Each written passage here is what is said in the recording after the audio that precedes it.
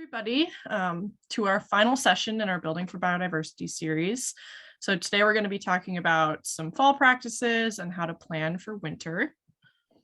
So Nick, do you want to go ahead and introduce the studio for anybody that is new?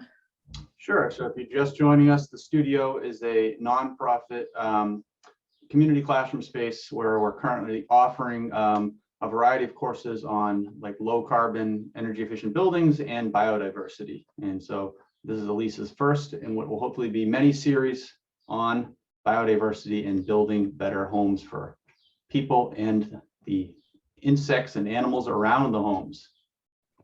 Yeah. And that's a picture, that's a picture of the studio. That's Elise, and I'm going to turn off my computer and go, Elise, go. All right, so my name is Elise Bernstein. I just graduated from the University of Minnesota. My degree is in environmental science, policy, and management with a focus in environmental education and communication. I've been working part-time at the University of Minnesota Bee Lab. I'm part of their team called the Bee Squad for about the last year, and I've just accepted a full-time position there. So I do a lot of work with pollinators and a lot of work with outreach to talk to people about these pollinators. So here's a quick review of the schedule. We are on our final session today, and recordings of all of the previous sessions and our resources are available on the studio's website for anybody who missed those first three presentations. So here's our agenda for today. We'll get started with the same review we've done in our previous sessions by talking about some of our key concepts, like what is biodiversity, why is it important. We'll review some of the summer practices we talked about in our last session. Then we'll go ahead, talk about some or fall practices today, and then how to plan for winter and beyond. So to start, if you've been in these presentations, I'm sure you've heard this definition many times, but biodiversity is defined as the variety of life in the world or in a particular habitat or ecosystem. So biodiversity essentially quantifies all of the living things on planet Earth. So this includes plants, animals, fungi, tiny bacterial organisms that we can't see, and humans as well. And that human aspect is really important to this definition because we often forget that we are also a part of biodiversity and we play a role in ecosystem health. So National Geographic estimates that there's roughly 9 million species living on planet Earth right now. But some scientists argue that that number is much higher, potentially as much as 100 million. But ultimately, we are still unsure of how many species exist on planet Earth. So why should we care about biodiversity? So without biodiversity, there's nothing to support life on Earth, and this includes humans. And unfortunately, we've been seeing a rapid decrease in biodiversity across the globe. So one of the important impacts from biodiversity is the food supply and agricultural practices that biodiversity gives us. So for example, 1 in every 3 bites of food is created by a pollinator. Biodiversity also improves soil quality and improves farming sustainability and food quality. So I placed a lot of emphasis on pollinators during these sessions because they're so important and their populations are also significantly declining. So currently 1 in every 3 species of bumblebee is currently threatened or endangered, and without pollinators, there would be little to sustain Earth's food supply. And we would even miss out on some of our favorite foods like pizza and ice cream without pollinators. Biodiversity also helps to conserve and protect local watersheds. So organisms that live within our water break down excess nutrients, pollutants, and pathogens, giving us cleaner, healthier water for not only humans, but for other living creatures in aquatic spaces. Biodiversity also helps to break down pollutants in our atmosphere and environment. So in the carbon cycle, trees and soil can remove carbon from our atmosphere, which reduces the impacts of climate change. Biodiversity, or spending time in nature in general, can greatly improve human well-being. So people who spend time in nature more frequently often experience less feelings of depression and anxiety. Access to a view of a green space at your workplace results in higher productivity, and children who have more recreation time outdoors often have fewer behavioral problems. So there's a lot of benefits from biodiversity that can come to the well-being of people. So we're still centering our content in the series on the idea of cues to care, which sums up the idea of showing your neighbors that your landscape choices are intentional and meant to benefit the broader ecological community. So we've talked about a lot of elements that you can implement in your landscape that require cues to care. So these are things like stylized rewilding and planting a bee lawn, because they're not necessarily traditional methods to employ in your landscape, because they cater to biodiversity in a very different way. So including signs, borders, or intentional architectural features are a way to show off your cues to care. So this can show your neighbors that it's okay to have a messy yard that is unconventional, since it's having such a positive impact on local biodiversity. So to review some of our essential summer practices that we talked about in our last session, we talked about a lot of different topics and some activities that are really fun that can benefit biodiversity in your landscape and in your community. So the first of these was the practice of installing rain barrels. So rain barrels are used to recycle water to be used in your garden, and that can have a large benefit on biodiversity. So the chemicals that are used in water to make them safe for human consumption may not necessarily be beneficial for your plants. So recycling water from the rain in your rain barrels can reduce water use, and it can also cut down on your water bill.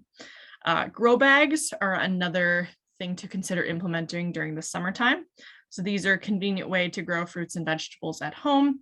They can benefit biodiversity and our entire planet because they reduce your need to purchase fruits and vegetables that were shipped across the country or even the entire world, likely using fossil fuels. So another thing that you should consider doing during the summer is electrifying your landscape. So we've talked a lot about electric lawn care equipment throughout this series, but summer is likely the time when you need the most tools. So batteries for electric lawn care equipment are interchangeable. So you can use the same battery for your electric lawnmower, for your weed whacker, and for your leaf blower. So this reduces fossil fuel use in your landscape and cuts down on local noise pollution that impacts not only you and your neighbors, but biodiversity as well. So during the summer, you also want to consider creating space for birds. So this includes things like bird houses and bird baths. Different bird houses suit the needs of different birds in your area. Cornell University has a really great resource on building and placing bird houses based on the birds that are in your area. And we have that resource available in our resources document, and it's also on the studio website. Bird baths are also super easy and fun to make and can be a benefit to birds, and these can be made using an old terracotta pot. We also talked about bee baths because bees need water too. So these can be made similarly to bird baths, but they need to have some stones in them as resting places for bees, because you don't want the bees to drown in the water.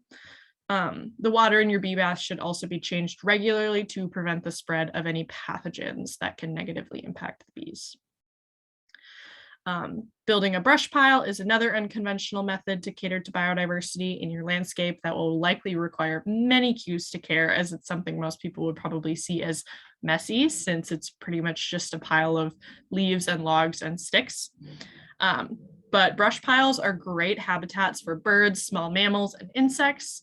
And like I said, they're made out of piles of usually large logs from old trees and sticks. We also have a great resource on building brush piles on our resources page. And finally, toad houses are another great thing to implement during the summertime. So these can provide toads with shade to get away from the heat of the sun, and can also be made using old pots or even plastic containers. Okay, so let's dive into some of the essential understandings and practices and concepts for the fall season. So a little bit more review. Let's talk about planting your bee lawn. So as we discussed in the last session, fall is the perfect time to start seeding for your bee lawn. So on the right is a picture of our lawn, which is in full swing with no mow May. We've got a lot of creeping Charlie and creeping violet that are blooming, along with a lot of dandelions that have been popping up in the yard. So the creeping violet and the creeping Charlie are plants that are included in a lot of bee lawn seed mixes because they provide excellent forage for a lot of different species of bees. So when you're planting your bee lawn, the first thing you want to consider is your site. You might want to pick an area that isn't too highly trafficked or too shady. And it's important to remember too that you don't have to convert your entire lawn into bee lawn all at once. You can choose a small corner or an edge of your lawn, and that will have a significant impact as well. So once you've chosen your site, then you want to establish your seeds. So this can be done in one of two ways, either through the process of overseeding or by tilling your lawn entirely. So overseeding is typically done on healthy lawns. So in this process, you mow your grass to about 1 inch in height, and then you add your seeds directly on top of the grass that is already there. And then in the alternative method, you want to till up your grass and then scatter your seeds into the bare soil. And when you scatter the seeds into the bare soil, they'll need to be raked into the ground just a little bit. And since I'm recommending seeding in the fall, you don't need to do any watering on your bee lawn. And you can expect your lawn to start flowering within 2 years of seeding, if not the following spring. And bee lawns are great because they obviously provide a lot of forage for different species of bees, but bee lawns also require very little maintenance. Infrequent mowing will also help your plants bloom more frequently. So that takes a little bit of the labor requirement off of you.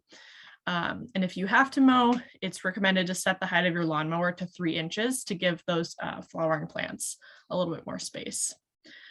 Bee lawns also require minimal watering. They really only need to be watered in the case of extreme drought. You don't need to use any fertilizer. Fertilizers should actually be avoided because they can cause more harm than good to your bee lawn, specifically the flowering plants within your bee lawn. So I'm truly a bee lawn enthusiast, and I think this is one of the best practices for catering to biodiversity in your landscape, because after your bee lawn is established, it's a relatively low maintenance thing to have in your landscape.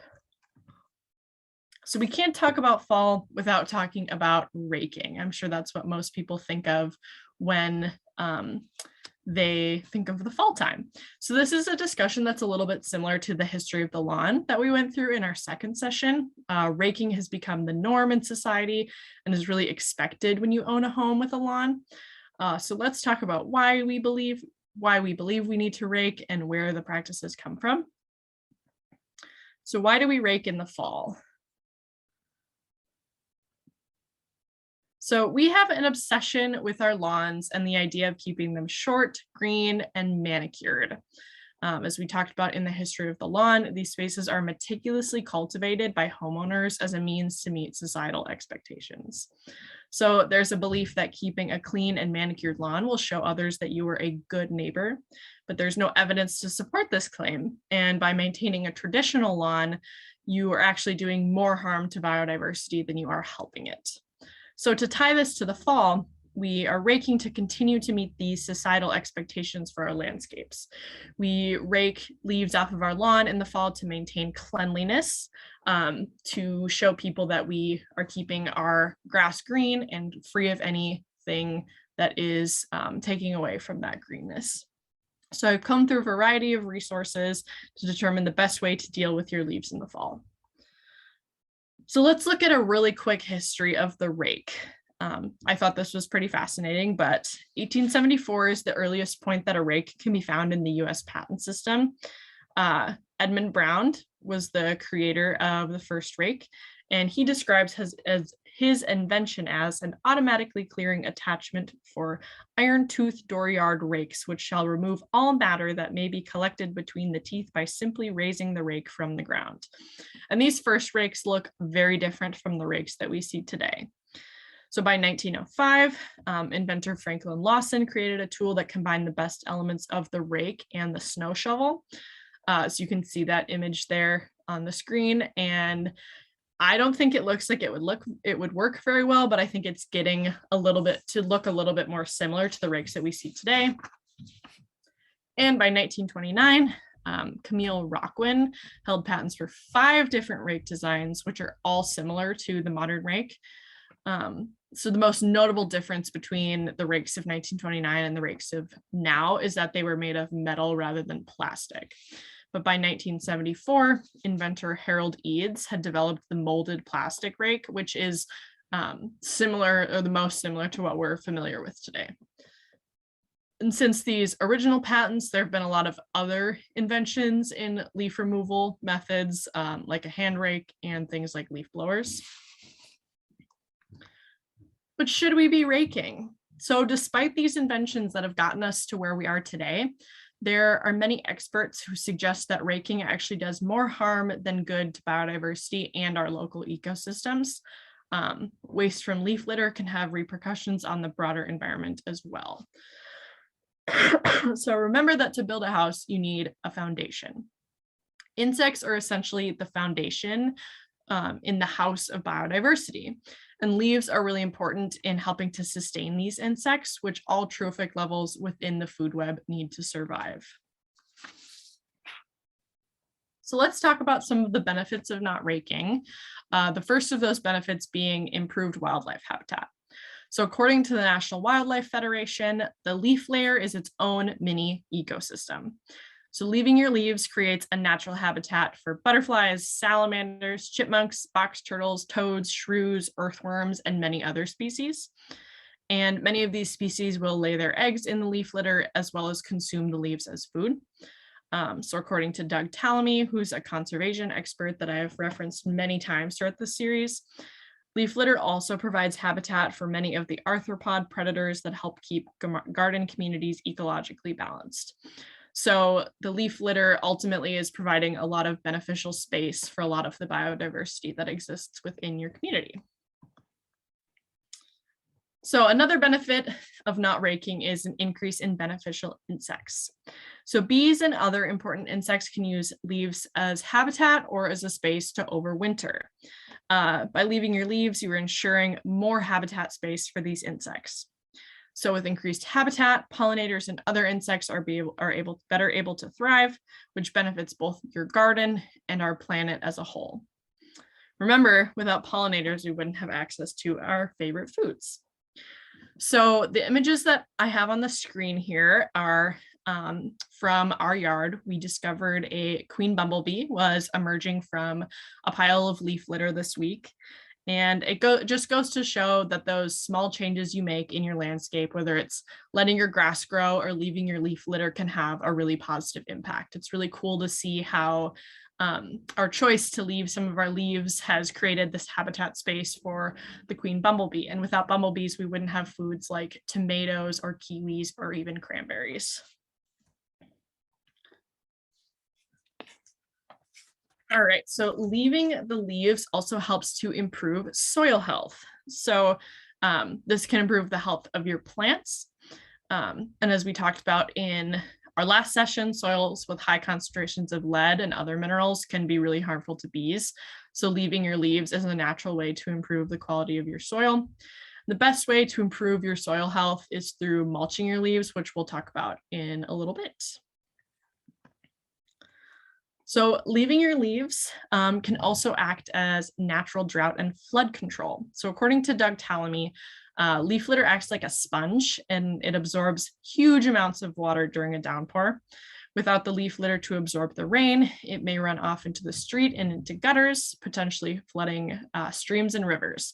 And in extreme cases, that water can even end up in our homes and cause problems for us as humans.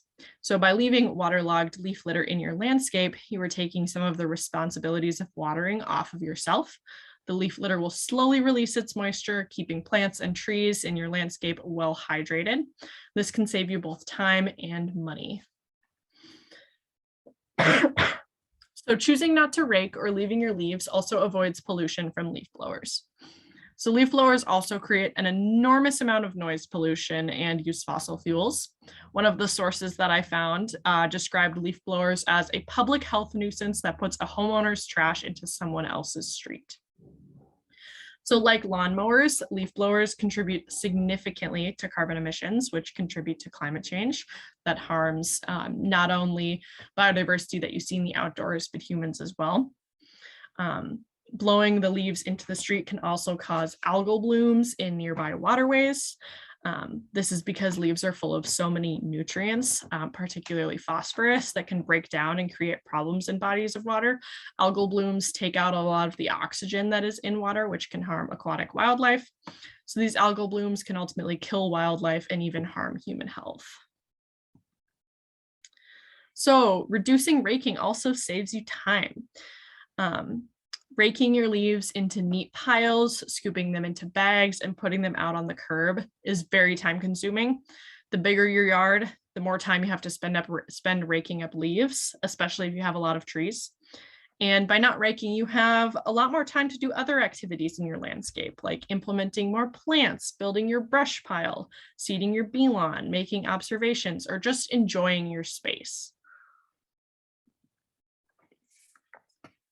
So avoiding raking also reduces waste. So leaves contribute significantly to household waste. This data is from a 2013 survey by the EPA. So 28% of household waste comes from food and yard trimmings. So about 13%, 13 to 13.5% of that is those yard trimmings specifically, because often leaves will get tossed into non-biodegradable plastic bags that end up in landfills. That go into, that make up the solid waste that is accumulating in the US. So we have a lot of waste. There's a lot of things that are getting thrown away, whether that's food or other plastics. And we don't want something as valuable as leaf litter to be contributing to this waste. So to help reduce some of this waste, let's talk about some of the things you can do with your leaves if you don't want to just leave them scattered across your lawn. So the first method of what to do with your leaves is mulching. So this is one of the easiest ways to get your leaves off of your lawn and get the benefits of leaves into your landscape and the ecosystem. So I know we talk a lot about avoiding mowing, but unfortunately the easiest way to mulch your leaves is with your lawnmower. So this will cut the leaves into really small pieces that are the perfect size to use in your lawn or garden space.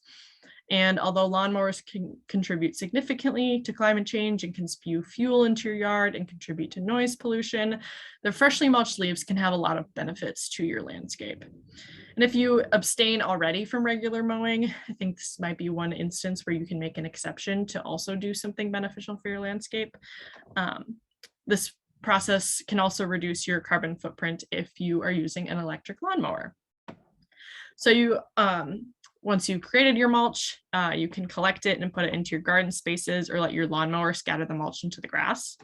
So trees and shrubs need about 3 to 6 inches of shredded mulch. Flower beds need about 2 to 3 inches. Vegetable gardens require a thick layer that can be used as weed prevention. And yards and lawns just need what is shredded and then spit out by your lawnmower. So another way to mulch your leaves is by using an electric leaf mulcher. So that's what's in the image on the right. So these are designed to be set on top of a large bag, preferably one that's compostable. I know the image that's here shows a plastic bag, but then the mulch can be collected and used in your landscape. Leaves can also be collected using something called a lawn sweeper, which is a gas-free alternative to raking that will save you time in terms of collecting your leaves to be mulched. So another method for taking care of your leaves in the fall is to compost them. So the leaves of most trees contain nearly twice as many minerals and nutrients as manure. So they're incredibly beneficial for your yard, and composting leaves can help return some of those minerals and nutrients to your landscape.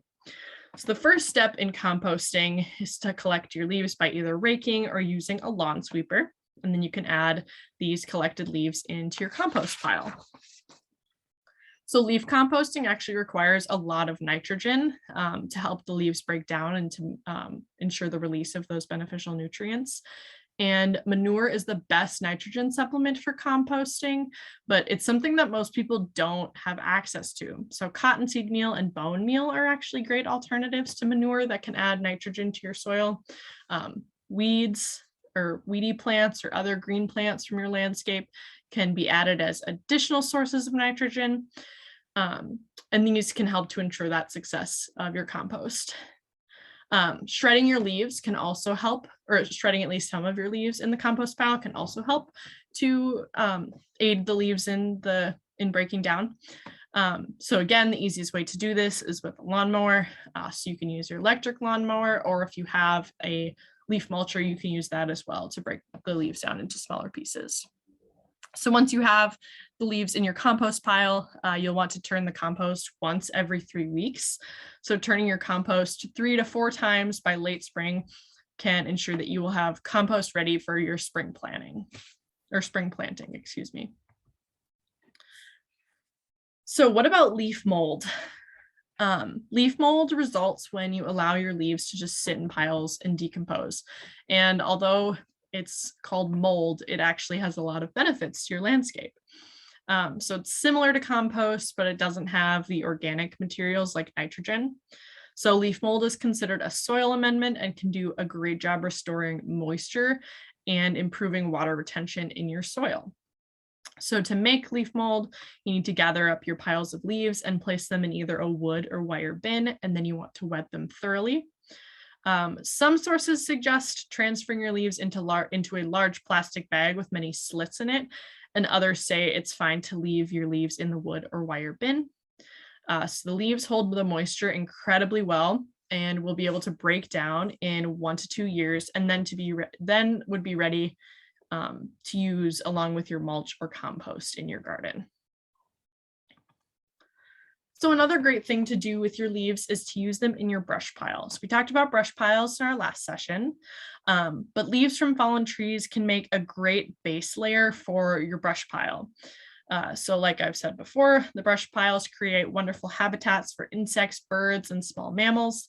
And leaves add an extra layer of habitat space and can really do a good job at restoring that soil underneath your brush pile, which can give rise to even more species of beneficial insects. So if we listen to the words of Doug Tallamy, leaving your leaves in your lawn in piles of leaf litter is the best way to cater to biodiversity. And we talked about how conventionally people rake because they want their lawns to appear clean and want to avoid killing their grass. However, we've talked about how harmful grass is in that it doesn't cater to biodiversity, and it will grow back most typically the following spring. But if you have planted a bee lawn that has a lot of flowering plants, that's one of those conditions where you might want to rake your grass or rake your leaves off of your grass and do something with it like mulch or compost. If the leaves are covering too much of your bee lawn, they might kill off the flowering plants that exist in there. There's also concerns about the spread of disease from leaf litter from trees that could be potentially infected. So if you're concerned about any sort of disease within your trees, removing your leaves can really alleviate this concern. So ultimately, the problem with leaves often arises with what we do with them after we rake them off of our lawns. Like I've said before, leaves make up a large percentage of household waste and often end up in landfills where their benefits aren't accessible by biodiversity. So it's important, if you are choosing to take your leaves off of your landscape, that you're doing something with them that is benefiting either your landscape or you're donating them to somebody who is then able to use those leaves. So to move away from raking, let's talk about how you can plant for biodiversity in the fall. So fall is a more ideal time to plant than summer due to the drop in temperatures. So you either want to be adding native plants into your landscape in the spring or in the fall. And plants will better be able to establish in the slightly cooler temperatures once you've moved from the peak of summer into fall. So some of the plants that are great for fall installation are plants that start out as bulbs. So tulips are an example of these, but tulips are not native to the United States. So alliums, which are a member of the onion family, are a great option for fall planting. So there are many different species of alliums that are native to the Northeast, and these are a great option for a lot of reasons. They can cater to many different insects and they're native. But since they're in the onion family, they're less likely to be consumed by deer or other species that like to eat our garden flowers that have been planted to cater specifically to bees. So there's a lot of other native perennial species that can do really well when planted in the fall. Specifically, I'm referencing those native perennial species that bloom in early spring. So when you plant in the fall, plants are able to establish their roots while the ground is still warm. And this can help those plants emerge from well-established roots in the spring, giving your plants a stronger start once it starts to warm up again. Fall is also the ideal time to plant trees and shrubs, and this is for a similar reason to those spring blooming plants, since trees and shrubs can also use the fall season as a time to establish their roots and to be ready for spring. So another important practice to continue throughout the fall season is to keep up with your nature journal and regular observations. So I know I've emphasized this in pretty much every presentation that I've given in this series, but making those observations and spending time outdoors with your nature journal is really important. This helps connect you to the natural world. You are able to observe how your plants are catering to biodiversity or where you're seeing birds and bees in your lawn. And keeping a record of those things can kind of help you evaluate where to go in the future. So in addition to journaling, making observations and recording them to iNaturalist not only gives you an idea of what species you're seeing in your landscape, but that data is actually used by scientists to both monitor populations and to keep track of how long people are seeing species throughout the fall season. So another thing to consider during the fall is shopping at your local farmers market. And this is one of the ways that you can help biodiversity beyond working specifically in your landscape. So by shopping at your local farmers market, you're supporting local agricultural efforts that support biodiversity within or near your community. So shopping locally also cuts down on carbon footprints, as produce that's grown locally and purchased locally doesn't need to be shipped across the country or potentially even the entire world. And it also helps keep your dollars in the local economy and supports the work that local agricultural producers are doing to support biodiversity, especially bees. And farmers market shopping can be practiced in all of the seasons when the farmers market is available. I'm just bringing it up in the fall because there is likely less work to be done in your landscape specifically. I've found that a lot of Massachusetts farmers markets run through October or even November. So you have a decent amount of time in the fall season to get out there and check out some of your local produce. So to finish out, let's go ahead and talk about winter planning. So planning for winter is a little bit different than planning for other seasons, since there's obviously a lot less work to be done in your landscape during the frigid, cold winter months. So we might as well consider this winter planning and beyond, as you can use the winter time to reflect and prepare for the warmer months. So one thing you can do or plan to do during the winter is to donate to conservation organizations if you have the means. So just because you can't do the work in your landscape during the winter doesn't mean that there aren't other people out there that are doing the work to improve conditions for biodiversity. So if you have the means, you might consider donating to a local, national, or even global conservation organization. So I've got a list of some organizations on the screen here, and there's also a list included on our resources page of environmental organizations that are worth donating to. But increased funding can help support researchers and educators and communicators that work for these organizations. So they may need that funding to help learn more about an endangered species or employ new conservation techniques or even engage with public audiences. You can also take the wintertime to think about the products you buy. So this relates a little bit to the previous topic in thinking about how you are speaking with your dollars. So maybe you're an avid coffee drinker and you drink a lot of coffee. Maybe you eat a lot of beef. Maybe you consume a lot of products that include palm oil. The winter is a great time to reflect on the impacts that these products are having.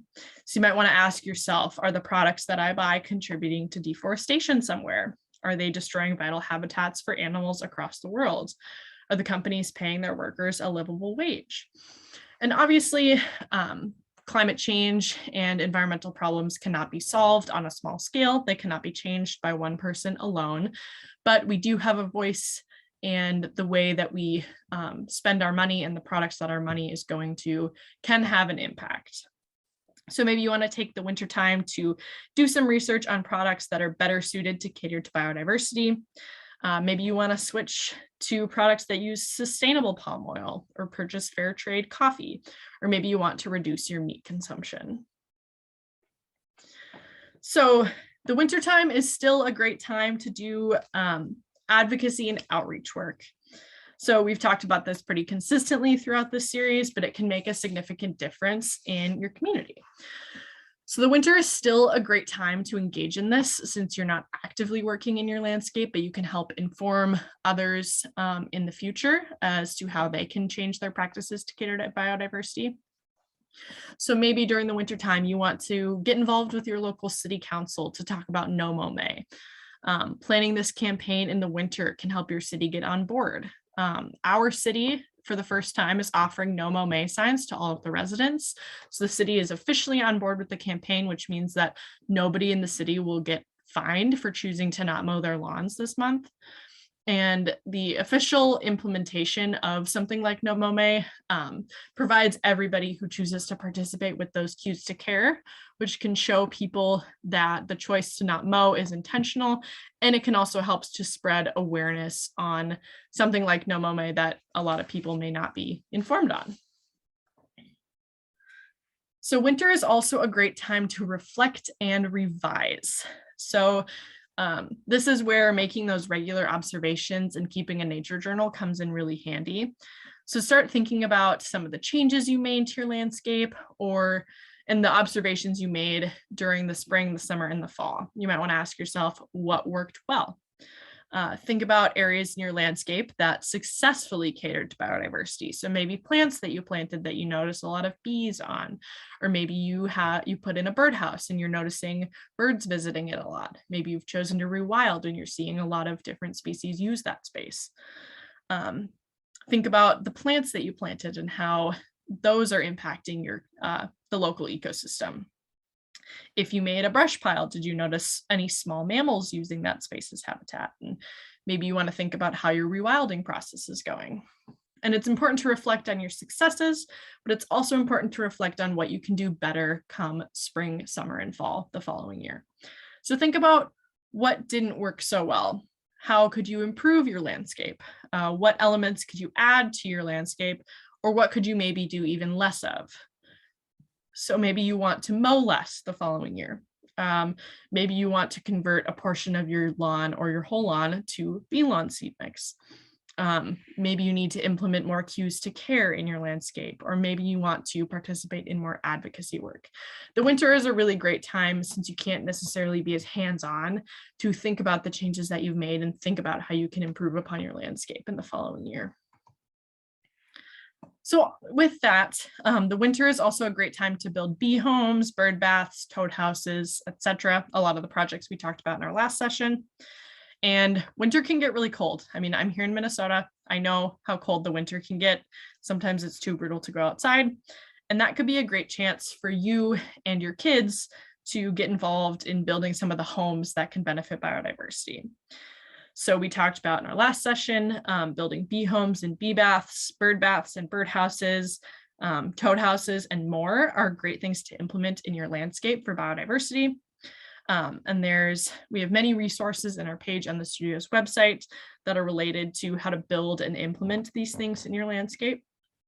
So maybe you want to make a plan for how you can build these elements of your landscape during those unbearably cold winter days when it's too cold to go outside. So related more specifically to winter, we talked a lot in our first session about electric snowblowers and have continued to talk about electric lawn equipment throughout these sessions. But in planning for winter, maybe you want to make the decision to invest in an electric snowblower. So in preparing for winter, the biggest thing you have to be ready for is the snow and the ice. Although biodiversity can thrive in the snow and the ice and not be impacted too significantly, they can have a real impact on us as humans, and they can potentially threaten our safety and well-being in some instances.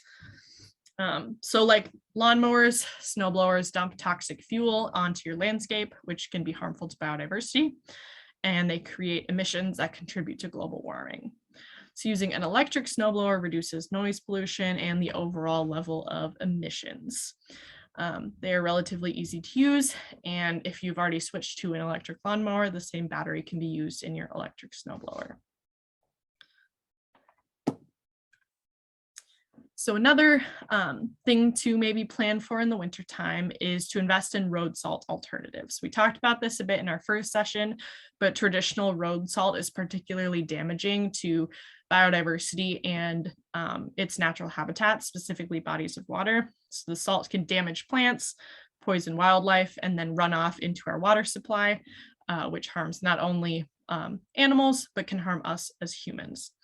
So alternatives like sugar beet juice, calcium magnesium acetate, and potentially sand can reduce harms to biodiversity, as they're not full of the same types of toxic chemicals that are used to break down ice in the wintertime. So using these products instead of conventional salt is an easy way to cater to biodiversity during the cold, frozen winter months. So that wraps up with what we had planned for today. I hope that gave a pretty good summary of ways to care for biodiversity in the fall and how to prepare for the winter time. This was our last session in the Building for Biodiversity series. I had a lot of fun doing all of these presentations, and there are recordings from all of our previous sessions on the studio's website if you want to go back and take a look at any of those.